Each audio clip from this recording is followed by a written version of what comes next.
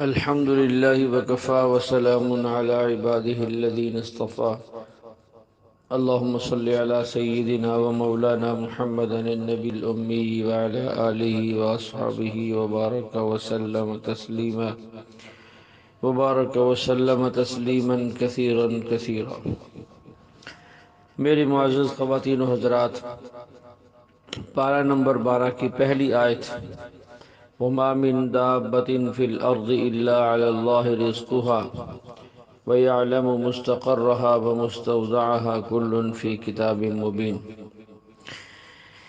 ہر جاندار چیز، انسان، جنات، چرند، پرند، جانور، خشکی کے جانور، سمندر کے جانور، ان سب کی روزی کی ذمہ داری اللہ نے اپنے ذمہ لی ہوئی ہے. اللہ تعالیٰ کے علاوہ کسی کے بس میں نہیں ان کو روزی پہنچانا. یہ اتنی مضبوط اور جاندار بات ہے کہ اگر انسان اس ایک آیت پر اعتماد کر لے تو اللہ کے حکم سے وہ روح گردانی نہیں کر سکتا.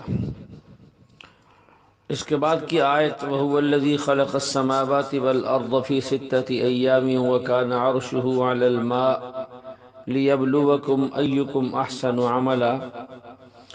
اس آیت میں اللہ نے دو چیزیں بیان کی ہیں. ایک یہ کہ کائنات کو مرحلہ وار کیوں بنایا، 6 دن میں کیوں پیدا کیا. دوسرا یہ کہ اس کائنات کے بنانے کا مقصد کیا تھا. پہلی بات، اللہ تعالیٰ نے آسمانوں اور زمینوں کی تخلیق کو مرحلہ وار بنایا، 6 دن میں بنایا. حالانکہ اللہ اپنی قدرت سے ایک لمحہ بھر میں کن فیکون کہتے تو سب کچھ بن سکتا تھا. تو یہ انسان کے مزاج کے مطابق ہے، انسان کے مزاج کے مطابق. اس میں یہ حکمت پوشیدہ تھی کہ کسی کام کو کرنے کے لیے جلدی سے کام نہیں لینا چاہیے، انسان کو عجلت نہیں کرنی چاہیے، بلکہ ہر کام کو آرام آرام سے کیا جائے. تو اس میں انسانوں کے لیے رہنمائی تھی. دوسری بات، کائنات کے بنانے کا مقصود کیا تھا، اس آیت کے آخر میں بیان کیا، لِيَبْلُوَكُمْ أَيُّكُمْ أَحْسَنُ عَمَلًا. اللہ یہ دیکھنا چاہتے ہیں کہ اس کائنات میں غور و فکر کر کے سب سے افضل اور اچھا عمل کرنے والا کون ہے. تو ہم نے بھی جب غور کیا تو ہم نے دیکھا کہ سب سے زیادہ اور سب سے اچھے عمل کرنے والی ذات وہ صرف اور صرف حضور علیہ السلام کی ذات گرامی ہے. تو معلوم ہوا کائنات کی تخلیق کا مقصد وہ حضور علیہ السلام کی تخلیق تھی، جس کے لیے یہ سارا نظام بنایا گیا اور سارا نظام جو ہے وہ بسایا گیا. اس سے کچھ آگے چل کر حضور علیہ السلام کو ایک تسلی ہے، فَلَعَلَّكَ تَارِكٌ بَعْضَ مَا يُوحَى إِلَيْكَ وَضَائِقٌ بِهِ صَدْرُكَ أَن يَقُولُوا لَوْلَا أُنزِلَ عَلَيْهِ كَنزٌ أَوْ جَاءَ مَعَهُ مَلَكٌ. یہ مشرکین جو ہے ہر زمانے میں حضور علیہ السلام کے زمانے میں بھی فرمائشی معجزے کرتے تھے، یہ کر کے دکھاؤ، وہ کر کے دکھاؤ. تو آپ کو تسلی یہ دی گئی ہے کہ آپ ان کی باتوں سے تنگ دل نہ ہوا کریں، اطمینان رکھیں. ان کی فرمائشی معجزوں کی وجہ سے دل کو تنگ نہ کریں. آپ کے ذمہ صرف ان کو ڈرانا ہے، ان کو سمجھانا ہے.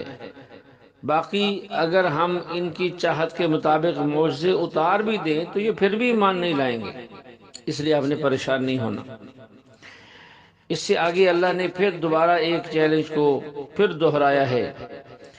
اللہ فرماتے ہیں، قُلْ فَأْتُوا بِعَشْرِ سُوَرٍ مِثْلِهِ مُفْتَرَيَاتٍ وَادْعُوا مَنِ اسْتَطَعْتُم مِّن دُونِ اللَّهِ إِن كُنتُمْ صَادِقِينَ. پہلی آیت میں بھی مشرکین کے فرمائشی معجزات کا ذکر گزرا ہے اور گزرا ہے اور گزرا تھا.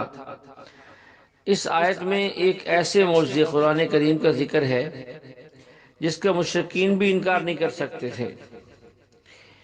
اگر ان کے مطالبے کا مقصد حضور صلی اللہ علیہ وسلم کی حقانیت کو اور سچائی کو جاننا ہے تو وہ بذریعہ قرآن پاک ثابت ہو چکی ہے. اگر مطالبے کا مقصد محض ضد ہے، ہٹ دھرمی ہے کہ اللہ تعالیٰ اس نبی پر خزانے اتار دے، فرشتے اتار دے، باغات چل پڑے، پہاڑوں میں نہریں چل پڑیں، آسمان سے فرشتے اتریں، تو اگر یہ مقصود ہے اور یہ ضد ہے تو اس کا انہیں کوئی فائدہ نہیں ہے۔ اس لیے اللہ تعالیٰ نے منکرین کو قرآن پاک کے بارے میں 3 قسم کے چیلنج دیے۔ پہلا چیلنج ایک جگہ یہ دیا تھا کہ اس جیسا قرآن لاؤ، اگر تم یہ کہتے ہو کہ یہ کتاب سچ نہیں ہے، اللہ کی طرف سے نہیں ہے، اس جیسا قرآن لاؤ۔ وہ اس سے عاجز آ گئے۔ پھر دوسرا چیلنج دیا کہ اچھا پورا قرآن نہیں لا سکتے، اس جیسی 10 صورتیں لاؤ۔ وہ اس سے بھی عاجز آ گئے۔ پھر تیسرا چیلنج اللہ نے دیا کہ اچھا اس جیسی 1 صورت لاؤ۔ تو یہ 3 چیلنج قرآن پاک کے اندر موجود ہیں۔ جو آیت میں نے ابھی پڑھی ہے اس کے اندر دوسرا چیلنج ہے کہ 10 صورتیں لاؤ۔ اگر تم اے اہل عرب باوجود اپنی فصاحت اور بلاغت کے، جس پر تمہیں ناز ہے، اس جیسا قرآن نہیں لا سکتے، تو پھر سمجھ جاؤ، پھر مان جاؤ کہ یہ کتاب برحق ہے، یہ کتاب سچی ہے، اور تمہارے جو الزامات اور اعتراضات ہیں وہ سب جھوٹ ہیں۔ اس لیے خام خواہ کی ضد مت کرو، راہ راست پر آ جاؤ۔ یہ میرا سچا نبی ہے، میری سچی کتاب لے کر آیا ہے، جو تمہیں کہہ رہا ہے، صحیح پیغام دے رہا ہے۔ اللہ جل شانہ ہمیں بھی اپنے کلام پر یقین کر کے، اعتماد کر کے، اسے برحق مان کر، اس کے احکام کو برحق سمجھتے ہوئے عمل کی توفیق عطا فرمائے، تاکہ ہم بھی دنیا آخرت کے اندر نجات پا جائیں۔ وما علینا الا البلاغ، وآخر دعوانا ان الحمد للہ رب العالمین۔